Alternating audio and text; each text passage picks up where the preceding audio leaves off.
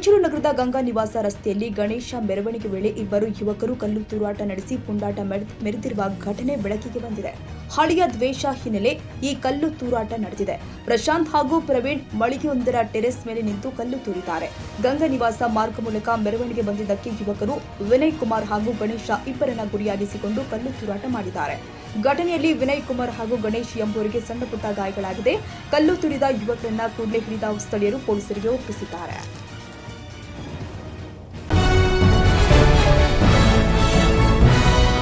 ಹುಕ್ಕೇರಿ ವಿದ್ಯುತ್ ಸಹಕಾರಿ ಸಂಘದ ಚುನಾವಣೆ ಸಂಬಂಧಪಟ್ಟ ಹಾಗೆ ಒಂದು ಕಡೆ ಜಾರಕಿಹೊಳಿ ಬಣ, ಮತ್ತೊಂದು ಕಡೆ ರಮೇಶ್ ಕತ್ತಿ ಬಣದ ನಡುವೆ ಹುಕ್ಕೇರಿ ತಾಲೂಕಿನ ವಿವಿಧ ಗ್ರಾಮದಲ್ಲಿ ದಿನಕ್ಕೊಂದು ಶಕ್ತಿ ಪ್ರದರ್ಶನ ನಡೀತಾ ಇತ್ತು. ಈ ಚುನಾವಣೆ ಮಾತ್ರ ಲೋಕಸಭೆ, ವಿಧಾನಸಭಾ ಚುನಾವಣೆಗೂ ಕೈಮೀರಿ ಹೋಗಿದೆ ಅಂದ್ರೆ ಅದೇನೂ ಸುಳ್ಳಲ್ಲ. ಇನ್ನು ಹುಕ್ಕೇರಿ ವಿದ್ಯುತ್ ಸಹಕಾರಿ ಸಂಘದ ಜಾರಕಿಹೊಳಿ ಬಣದ ಅಪ್ಪನಗೌಡ ಪಾಟೀಲ್ ಪ್ಯಾನೆಲ್ ಅಭ್ಯರ್ಥಿ ಶಶಿರಾಜ ಪಾಟೀಲ್ ಅವರ ನೇತೃತ್ವದಲ್ಲಿ ಶುಕ್ರವಾರದಂದು ತಾಲೂಕಿನ ಸೋಲಾಪುರ ಗ್ರಾಮದ ಮಹಾದೇವ ಮಂದಿರದಲ್ಲಿ ಸಾಯಂಕಾಲ 6 ಗಂಟೆಗೆ ಕಾರ್ಯಕರ್ತರ ಪೂರ್ವಭಾವಿ ಸಭೆ ಆಯೋಜನೆ ಮಾಡಲಾಗಿತ್ತು. ಸಭೆಯಲ್ಲಿ ಸರಿಸುಮಾರು 500ಕ್ಕೂ ಹೆಚ್ಚು ಜನ ಗ್ರಾಮದ ಹಿರಿಯರು, ಯುವಕರು, ಮಹಿಳೆಯರು ಭಾಗಿಯಾಗಿದ್ದು, ಸೋಲಾಪುರ ಊರಿನ ಗೌಡ್ರು ಮತ್ತು ವಿದ್ಯುತ್ ಸಂಘದ ಅಭ್ಯರ್ಥಿ ಶಶಿರಾಜ ಪಾಟೀಲ್ ಅವರ ಭರ್ಜರಿ ಭಾಷಣ ಕೇಳಿ ಜನ ಫುಲ್ ಫಿದಾ ಆಗಿದ್ದಾರೆ. ಬಳಿಕ ಕಾರ್ಯಕ್ರಮ ಜನ ಉದ್ದೇಶಿಸಿ ಮಾತನಾಡಿದ ಶಶಿರಾಜ್ ಪಾಟೀಲ್, ಕನಕಲ ಜಿಲ್ಲಾ ಪಂಚಾಯತ್ 28 ಹಳ್ಳಿ ಜನರ ಆಶೀರ್ವಾದದಿಂದ ನಾನು ನಿರ್ದೇಶಕನಾಗಿ ಕೆಲಸ ಮಾಡಿದ್ದೇನೆ. ಹೀಗಾಗಿ ಮೊದಲು ನಿಮಗೆ ಧನ್ಯವಾದಗಳು ಎನ್ನುತ್ತಾ, ನಮಗೆ ಒಂದು ಟಿಸಿ ಬೇಕಾದ್ರೆ ಅವರ ಕಡೆಗೆ ಎಷ್ಟು ಬಾರಿ ಹೋಗಬೇಕಾಗಿತ್ತು. ಇದು ಕೇವಲ ನನ್ನ ಪರಿಸ್ಥಿತಿಯಲ್ಲ, ನನ್ನ ಜೊತೆಗೆ ಕೆಲಸ ಮಾಡುವ 11 ನಿರ್ದೇಶಕರ ಪರಿಸ್ಥಿತಿ ಇತ್ತು. ಹೀಗಾಗಿ ನಾವು ಅವರಿಗೆ ಬಿಟ್ಟು ಹೊರಗೆ ಬಿದ್ದಿದ್ದೇವೆ. ಅವರ ಜೊತೆಗೆ ಟಕ್ಕರ್ ಕೊಡೋದಕ್ಕೆ ನಾನು ಗಟ್ಟಿ ಇದ್ದೇನೆ, ನಾನು ಸೋಲಾಪುರ ಹುಲಿ ಇದ್ದೀನಿ ಅಂತ ವಿರೋಧಿ ಬಣಕ್ಕೆ ಸಖತ್ತಾಗಿ ಪಂಚ್ ಕೊಟ್ಟಿದ್ದಾರೆ. ಹಿರಣ್ಯಕೇಶಿ ಸಕ್ಕರೆ ಕಾರ್ಖಾನೆಗೆ 600 ಕೋಟಿ ಸಾಲ ಹೇಗೋಯ್ತು? ಒಂದು ವೇಳೆ ಚರ್ಚೆಗೆ ಕರೆದ್ರೆ ನೀವು ಒಂದೇ ವೇದಿಕೆ ಮೇಲೆ ಬನ್ನಿ, ನಾನು ಬರ್ತೀನಿ. 600 ಕೋಟಿ ಸ್ಥಾನದಲ್ಲಿ 2 ಸಕ್ಕರೆ ಕಾರ್ಖಾನೆ ತಯಾರಾಗ್ತಾ ಇತ್ತು. ಅಷ್ಟೇ ಅಲ್ಲ, ನಾವು ದುಡ್ಡು ತೆಗೆದುಕೊಂಡು ಹೊರಗೆ ಬಿದ್ದಿದ್ದೀವಿ ಅಂತ ಹೇಳ್ತಾ ಇದ್ದಾರೆ. ಹೀಗಾಗಿ ನಾವು ದುಡ್ಡು ತೆಗೆದುಕೊಂಡು ಹೊರಗೆ ಬಿದ್ದಿದ್ರೆ ಇದೇ ಸೋಲಾಪುರ ಮಹಾದೇವನ ಗುಡಿಯಲ್ಲಿ ಬಂದು ಹೇಳಬೇಕು, ನೀವು ಏನ್ ಮಾಡಿದ್ದೀರಿ ಅದನ್ನ ನೀವೇ ಹೇಳಬೇಕು ಅಂತ ಶಶಿರಾಜ ಪಾಟೀಲ್ ಅವರು ಬಾಗೇವಾಡಿ ಸಾಹುಕಾರರಿಗೆ ಖಡಕ್ ಸವಾಲ್ ಹಾಕಿದ್ದಾರೆ.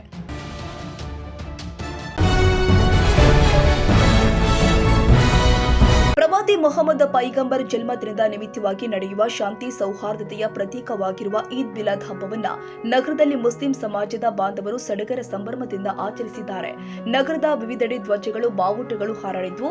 ಮುಸ್ಲಿಮರು ಮೆರವಣಿಗೆಯಲ್ಲಿ ಮೊಹಮ್ಮದ್ ಪೈಗಂಬರ್ ಅವರ ಕುರಿತ ಗುಣಗಾರ ಮಾಡಿದ್ರು. ಮಕ್ಕಳು ಬಣ್ಣ ಬಣ್ಣದ ಉಡುಪು ಧರಿಸಿ ಸಂಭ್ರಮಿಸಿದ್ರು.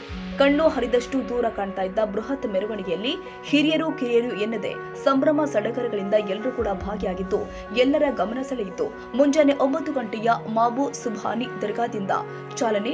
ಮೀರ್ ಸಾಬುಲ್ಲಾ, ಹೈದರ್ ದೊಡ್ಡಮನಿ, ಜನಾಬ್ ಡಾಕ್ಟರ್ ಶಾಹಿನಾ ಸೈಯದ್, ಶಾನೂರಾ ನೂಲ್ಕರ್, ಸಾಲಾವುದ್ದೀನ್ ನೂಲಕರ್, ತೌಸಿಫ್ ಸನದಿ, ಹಸನ ಶಾಪುರ್, ನಿಸಾರ್ ಲಾಡ್ಖಾನ್, ಮೊಹಸಿನ್ ನೂಲಕರ್, ಯಾದುಲ್ ಮುಲ್ಲಾ, ಶನೂರಾ ಶಾಪುರ್, ಶಿರಾಜ್ ಅರಳಿಕಟ್ಟಿ, ಯಾಸಿನ್ ನದಾಫ್ ಸೇರಿದಂತೆ ಅನೇಕರು ಮೆರವಣಿಗೆಗೆ ಸಾಥ್ ಕೊಟ್ಟಿದ್ದಾರೆ.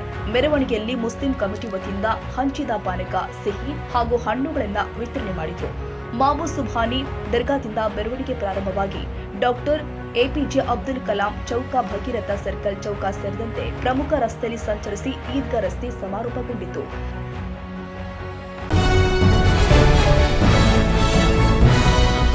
ತಾಲೂಕು ಕಾನೂನು ಸೇವಾ ಸಮಿತಿ ಸಂಕೇಶ್ವರ, ನ್ಯಾಯವಾದಿಗಳ ಸಂಘ ಸಂಕೇಶ್ವರ, ಮಹಿಳಾ ಮತ್ತು ಮಕ್ಕಳ ಅಭಿವೃದ್ಧಿ ಇಲಾಖೆ ಹುಕ್ಕೇರಿ ಹಾಗೂ ಆರೋಗ್ಯ ಇಲಾಖೆ ಸಂಕೇಶ್ವರ ಇವರ ಸಂಯುಕ್ತ ಆಶ್ರಯದಲ್ಲಿ ಇವತ್ತು ದಿನಾಂಕ 6/9/2025 ಬೆಳಿಗ್ಗೆ 11 ಗಂಟೆಗೆ ಸಂಕೇಶ್ವರ ನಗರದ ವಿಶ್ವಗುರು ಬಸವ ಮಂಟಪದಲ್ಲಿ ಪ್ರತಿ ವರ್ಷದಂತೆ ಈ ವರ್ಷವೂ ಕೂಡ ಪೋಷಣ ಮಾಸಾಚರಣೆ ನಿಮಿತ್ತವಾಗಿ ಪೂರಕ ಪೌಷ್ಟಿಕ ಆಹಾರ ಶಿಬಿರ ಹಾಗೂ ಕಾನೂನು ಅರಿವು ನೆರವು ಕಾರ್ಯಕ್ರಮ ಅರ್ಥಪೂರ್ಣವಾಗಿ ಜರುಗಿದೆ. ಕಾರ್ಯಕ್ರಮದ ಪ್ರಾರಂಭದಲ್ಲಿ ವೇದಿಕೆ ಮೇಲೆ ಇರುವ ಗಣ್ಯರಿಗೆ ಸಹಾಯಕ ಮಹಿಳಾ ಮತ್ತು ಮಕ್ಕಳ ಅಭಿವೃದ್ಧಿ ಇಲಾಖೆ ಅಧಿಕಾರಿಗಳು ಆದ ಕಮಲಾ ಮಠಪತಿ ಅವರು ಸ್ವಾಗತ ಮಾಡಿದ್ರು. ಬಳಿಕ ಕಾರ್ಯಕ್ರಮವು ವೇದಿಕೆ ಮೇಲೆ ಇದ್ದ ಗಣ್ಯರಿಂದ ದೀಪ ಪ್ರಜ್ವಲನೆ ಮಾಡುವುದರ ಮೂಲಕ ಕಾರ್ಯಕ್ರಮಕ್ಕೆ ಚಾಲನೆ ನೀಡಲಾಗಿದೆ. ಇದರಲ್ಲಿ ವಿಶೇಷವಾಗಿ ಹೇಳುವುದಾದರೆ ಸಂಕೇಶ್ವರ ನಗರದ ಅಂಗನವಾಡಿ ಕಾರ್ಯಕರ್ತೆಯರು ಮತ್ತು ಸಹಾಯಕಿಯರು ವಿವಿಧ ರೀತಿಯ ಪೌಷ್ಟಿಕ ಆಹಾರವನ್ನ ತಯಾರಿಸಿ ಪ್ರದರ್ಶನಕ್ಕೆ ಇಟ್ಟಿರುವುದು ಪೋಷಕರು ಮತ್ತು ಗಣ್ಯಮಾನ್ಯರ ವಿಶೇಷ ಗಮನ ಸೆಳೆದಿದೆ.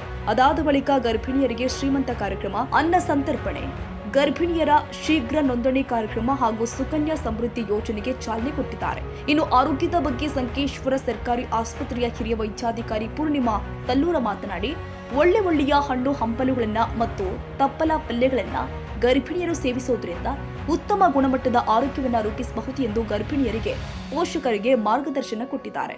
ಈ ವೇಳೆ ಕಾರ್ಯಕ್ರಮದ ವೇದಿಕೆ ಮೇಲೆ ಮಹಿಳಾ ಮತ್ತು ಮಕ್ಕಳ ಅಭಿವೃದ್ಧಿ ಇಲಾಖೆಯ ತಾಲೂಕು ಅಧಿಕಾರಿ ಎಚ್ ಹೊಳೆಪ್ಪ, ಸಿಡಿಪಿಒ ಎಂಡಿ ಕೋಳಿ, ಅಂಗನವಾಡಿ ಮೇಲ್ವಿಚಾರಕಿ ಶೈಲಶ್ರೀ ಗಸ್ತಿ, ಸಂಕೇಶ್ವರ ಸರ್ಕಾರಿ ಆಸ್ಪತ್ರೆ ಮುಖ್ಯ ವೈದ್ಯಾಧಿಕಾರಿ ಡಾಕ್ಟರ್ ದತ್ತಾತ್ರೇಯ ದೊಡ್ಡಮನಿ, ಸಂಕೇಶ್ವರ ನ್ಯಾಯವಾದಿ ಸಂಘದ ಅಧ್ಯಕ್ಷ ಪಿವೈ ಗಸ್ತಿ, ಶ್ರೀರಂಗ ಕುಲಕರ್ಣಿ, ಸಹಾಯಕ ಸರ್ಕಾರಿ ಅಭಿಯೋಜಕರು ಮತ್ತು ಕಾರ್ಯನಿರ್ವಾಹಕರು, ತಾಲೂಕು ಕಾನೂನು ಸೇವಾ ಸಮಿತಿ ಸಂಕೇಶ್ವರ ನ್ಯಾಯವಾದಿ ಸಂಘದ ಉಪಾಧ್ಯಕ್ಷ ಪಿಎಸ್ ಗಡಕರಿ, ಕಾರ್ಯದರ್ಶಿ ಸಂತೋಷ್ ಪಾಟೀಲ್ ಕಾರ್ಯಕ್ರಮದಲ್ಲಿ ಉಪಸ್ಥಿತರಿದ್ದರು.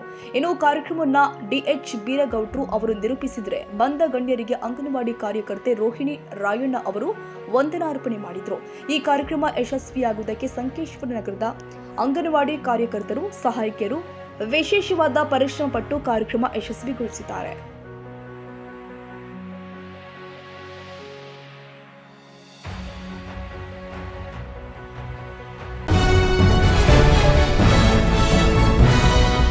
ರಸ್ತೆಯನ್ನು ದುರಸ್ತಿ ಮಾಡಿದ ಅಧಿಕಾರಿಗಳು ಹಾಗೂ ಜನಪ್ರತಿನಿಧಿಗಳ ವಿರುದ್ಧ ಕರವೇ ಹೋರಾಟಗಾರ ಬಾಬ್ಜಾನ್ ಮತ್ತು ಸಾರ್ವಜನಿಕರು ಕೊತ್ತಪಲ್ಲಿ ರಸ್ತೆಯಲ್ಲಿ ಪೈರು ನಾಟಿ ಮಾಡುವ ಮೂಲಕ ವಿಭಿನ್ನವಾಗಿ ಆಕ್ರೋಶ ವ್ಯಕ್ತಪಡಿಸಿದ್ದಾರೆ. ಪಟ್ಟಣದ 7ನೇ ವಾರ್ಡಿನ ಕೊತ್ತಪಲ್ಲಿ ಮಾರ್ಗದ ರಸ್ತೆ ಮತ್ತು ಚರಂಡಿ ಕಳೆದ 20 ವರ್ಷಗಳ ಹಿಂದೆ ರಸ್ತೆ ಮಾಡಲಾಗಿತ್ತು. ಆದರೆ ಈಗ ರಸ್ತೆ ಕೆರೆ ಕುಂಟೆಗಳಾಗಿ ನಿರ್ಮಾಣವಾಗಿದೆ.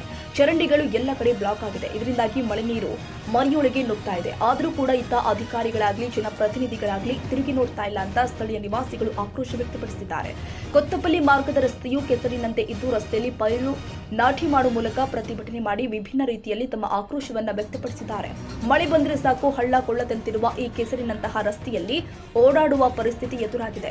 ಈಗಾಗಲೇ ಸಾಕಷ್ಟು ಮಂದಿ ಸ್ಥಳೀಯರು ಪುರಸಭೆ ಸದಸ್ಯರಿಗೆ ಹಾಗೂ ಅಧಿಕಾರಿಗಳಿಗೆ ದೂರು ಕೊಟ್ಟರೂ ಕೂಡ ಯಾವುದೇ ಪ್ರಯೋಜನವಾಗಿಲ್ಲ. ಪಟ್ಟಣದ ಡಿವಿಜಿ ಮುಖ್ಯ ರಸ್ತೆ ಮಾರ್ಗದಿಂದ ಕೊತ್ತಪಲ್ಲಿ ರಸ್ತೆಗೆ ಸಂಪರ್ಕ ಕಲ್ಪಿಸುತ್ತೆ. ಪ್ರತಿನಿತ್ಯ ನೂರಾರು ಜನ ಓಡಾಡುವ ರಸ್ತೆಯಾಗಿದ್ದು ಸಂಚರಿಸಲು ನರಕ ಯಾತನೆಯಾಗಿದೆ. ಸಂಬಂಧಿಸಿದ ಅಧಿಕಾರಿಗಳು ಮತ್ತು ಜನಪ್ರತಿನಿಧಿಗಳು ಎಚ್ಚೆತ್ತುಕೊಳ್ಳದಿದ್ದರೆ ಸ್ಥಳೀಯ ಸಾರ್ವಜನಿಕರ ಜೊತೆ ಕರವೇ ಹೋರಾಟಗಾರರು ಒಗ್ಗೂಡಿ ಪುರಸಭೆ ಕಚೇರಿ ಮುಂದೆ ಪ್ರತಿಭಟನೆ ಮಾಡ್ತೀವಿ ಅಂತ ಎಚ್ಚರಿಕೆ ಕೊಟ್ಟಿದ್ದಾರೆ.